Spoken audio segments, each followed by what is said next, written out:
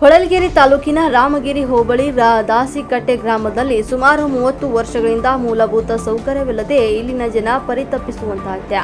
ಗ್ರಾಮಸ್ಥರಾದ ಮಂಜುನಾಥ್ ಹೆಗಡೆ ಮಾತನಾಡಿ, ಗ್ರಾಮದಲ್ಲಿ ಚರಂಡಿ ಇಲ್ಲದೆ ರಸ್ತೆ ಪಕ್ಕದಲ್ಲಿ ಚರಂಡಿ ನೀರು ಹರಿದು ಸಾಂಕ್ರಾಮಿಕ ರೋಗಕ್ಕೆ ಹರಡುವಂತಾಗಿದೆ.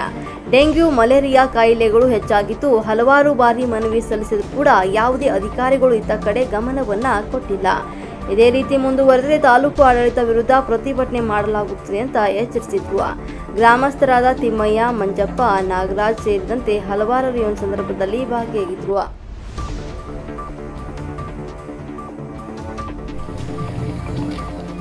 ಹೊಳಲ್ಕೆರೆ ತಾಲೂಕು, ಚಿತ್ರದುರ್ಗ ಜಿಲ್ಲೆ, ರಾಮಗಿರಿ ಗ್ರಾಮ ಪಂಚಾಯತಿ ದಾಸಿಕಟ್ಟೆ ಏಕೆ ಕಾಲೋನಿಯಲ್ಲಿ ಸುಮಾರು 30 ವರ್ಷಗಳಿಂದ ಯಾವುದೇ ರೀತಿಯಾಗಿ ಇಲ್ಲಿ ಚರಂಡಿ ಅಭಿವೃದ್ಧಿ ಆಗಿಲ್ಲ.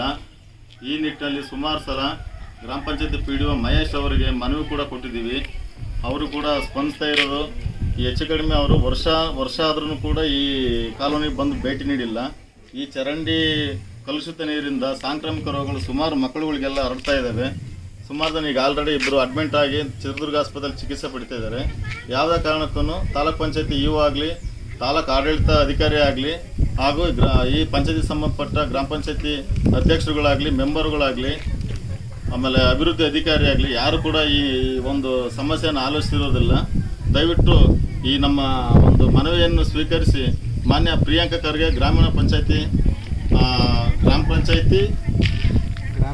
ಗ್ರಾಮೀಣಾಭಿವೃದ್ಧಿ ಸಚಿವರು ಕೂಡ ಇವರಿದ್ದನ್ನ ಗಮನಿಸ್ಕೊಂಡು ಈ ಕೂಡಲೇ ಈ ಮಕ್ಕಳಿಗೆ ಚಿಕಿತ್ಸೆ ನೀಡುವುದರ ಜೊತೆಗೆ ಈ ಅಲಕ್ಷ್ಯ ತೋರಿಸಂಥ ಅಧಿಕಾರಿಗಳನ್ನ ಅಮಾನತು ಮಾಡಬೇಕಾಗಿ ದಾಸಿಕಟ್ಟೆ ಏಕೆ ಕಾಲೋನಿಯ ಎಲ್ಲ ಗ್ರಾಮಸ್ಥರು ಕೂಡ